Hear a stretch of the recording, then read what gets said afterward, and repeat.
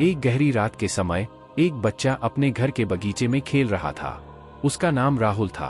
राहुल के घर के पास एक पुराने और भूतिया मकान था। लोग कहते थे कि वहां भूत रहते हैं और रात को उनकी आवाज सुनाई देती है। लेकिन राहुल को उस मकान पर विश्वास नहीं था। एक दिन राहुल ने अपने दोस्त से दांव पर लगाया कि वह उस मकान में रात को जाकर रहस्यमय घटनाओं को देख सकता है। उसका दोस्त उसे हैरानी से देखता रह गया, लेकिन राहुल ने उसके डर का मजाक उड़ाते हुए कहा, भूत जैसा कुछ भी नहीं होता है। उन्होंने मिलकर तय किया कि वे रात को मकान में जाएंगे। रात के समय वे मकान के पास पहुंचे।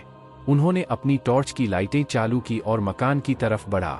मकान के अंदर अंधेरा था और ध्वनि सुनाई दे रही थी। धीरे धीरे वे मकान के अंदर बढ़ते गए।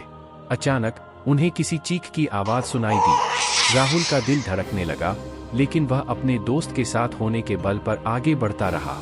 वे मकान के एक कमरे में पहुंचे और उन्होंने देखा कि कुछ लिखा हुआ है एक दीवार पर, इधर मत देखो।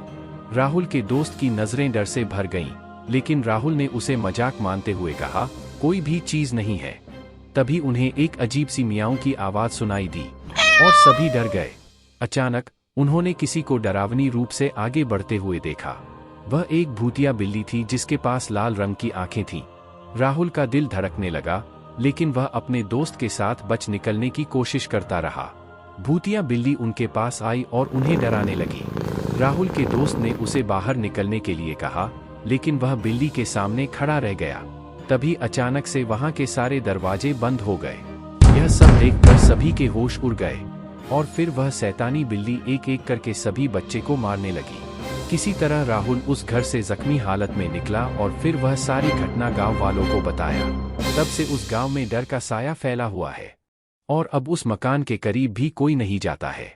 अगर आप भी भूतों पर यकीन रखते हैं तो कमेंट में बताएं।